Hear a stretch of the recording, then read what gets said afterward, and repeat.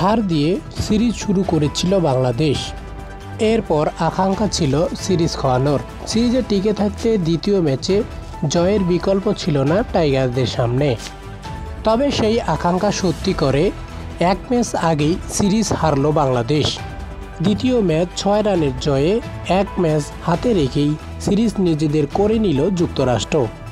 বৃহস্পতিবার 22 মে টসে হেরে ব্যাট করতে নেমে নির্ধারিত 20 ওভারে 6 উইকেট হারিয়ে 144 রান সংগ্রহ করে যুক্তরাষ্ট্র।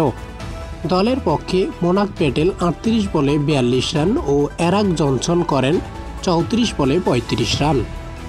145 রানের টার্গেটে ব্যাট করতে নেমে ইনিংসের প্রথম ওভারেই রানের খাতা খোলার আগেই প্যাভিলিয়নে ফিরে যান সৌম্য সরকার।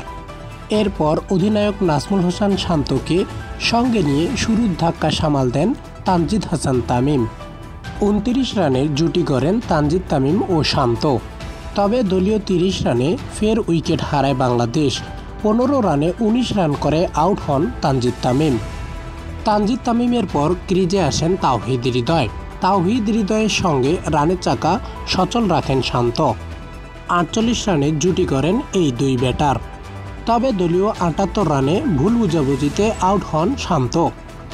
34 বলে 36 রান করেন তিনি। শান্তর বিদায়ের পর সাজঘরে ফিরে যান তাওহিদ হৃদয়। দলীয় 92 রানে 21 বলে 25 রান করে আউট হন তিনি।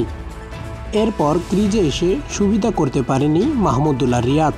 4 বলে 3 রান করে আউট হন তিনি। এরপর দ্রুত 3 উইকেট হারায় বাংলাদেশ। জাকের আলী 5 বলে 4, সাকিব 23 বলে 30 ও তানজিম সাকিব রানের খাতা খোলার আগেই সাজঘরে ফিরে যান। 125 রানের মধ্যে 8 উইকেট হারিয়ে ম্যাচ থেকে ছিটকে যায় বাংলাদেশ। এরপর দলীয় 132 রানে 4 বলে 1 রান করে আউট হন শরীফুল ইসলাম। শেষ ব্যাটার হিসেবে রিশাদ আউট হলে 19 ওভার 3 বলে 138 রানে গুটিয়ে যায় বাংলাদেশ।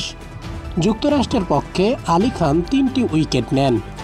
3 ম্যাচ টি-20 সিরিজের 2 ম্যাচে 2টিতে লজ্জার হার হারল বাংলাদেশ।